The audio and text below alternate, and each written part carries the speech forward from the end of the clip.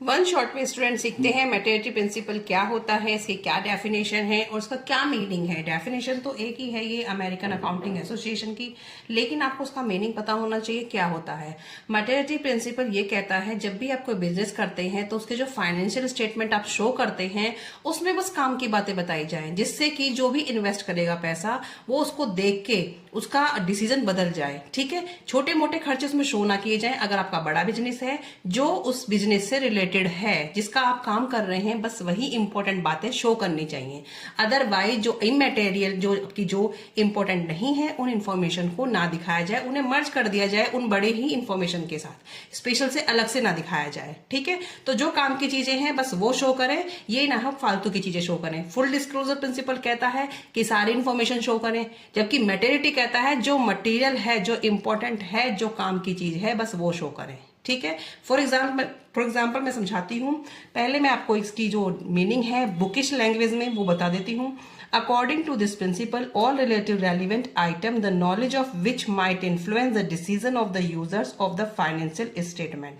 ठीक है, ये कहता है जो भी रिलेटिव डाटा है उसके जो भी इन्वेस्टर है, जो यूजर है, ठीक है, यूजर के डिसीजन को क्या कर दे, प्रभावित कर दे। ऐसा डाटा डालो जो इंपॉर्टेंट हो फर्म के लिए, जो उसके यूजर के डिसीजन को क्या कर दे, इन्फ्लुएंस कर दे, प्रभावित कर दे। Should be disclose in the financial statement.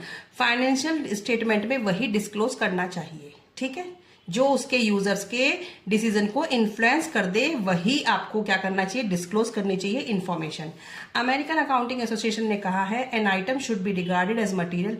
एक आइटम कब इंपॉर्टेंस होती है, जब there is reason to believe, जब उसमें क्या हो, उसमें रीजन टू बिलीव हो, विश्वास करने लायक हो, that knowledge of its would influence the decision of an inform investor. और वहां के इन्वेस्टर की, जो भी इन्वेस्टर है उसके डिसीजन को क्या कर दे, उस जो भी आपकी कोई आइटम है वो कब रीजन टू बिलीव होगी, जब उसकी जानकारी देने पर जो इन्वेस्टर है उसके डिसीजन को प्रभावित कर दे। ये एक परिभाषा, ये डेफिनेशन दी गई है according to American accounting association. वो भी यही कहना चाहते हैं कि कोई आइटम तभी इंपॉर्टेंस हो सकती है, उसकी जानकारी जब भी हमारे लिए इंपॉर्टेंट होगी तब हम किसी इन्वेस्टर के डिसीजन को प्रभावित कर सकें। ठीक है, thus an item is material to one may not be material to another. तो ये कहता है, ये सिंपल लैंग्वेज है, ये कह रहा है कि एक आइटम किसी के लिए बहुत इंपॉर्टेंस हो सकती है जबकि दूसरे के वो नहीं हो सकती।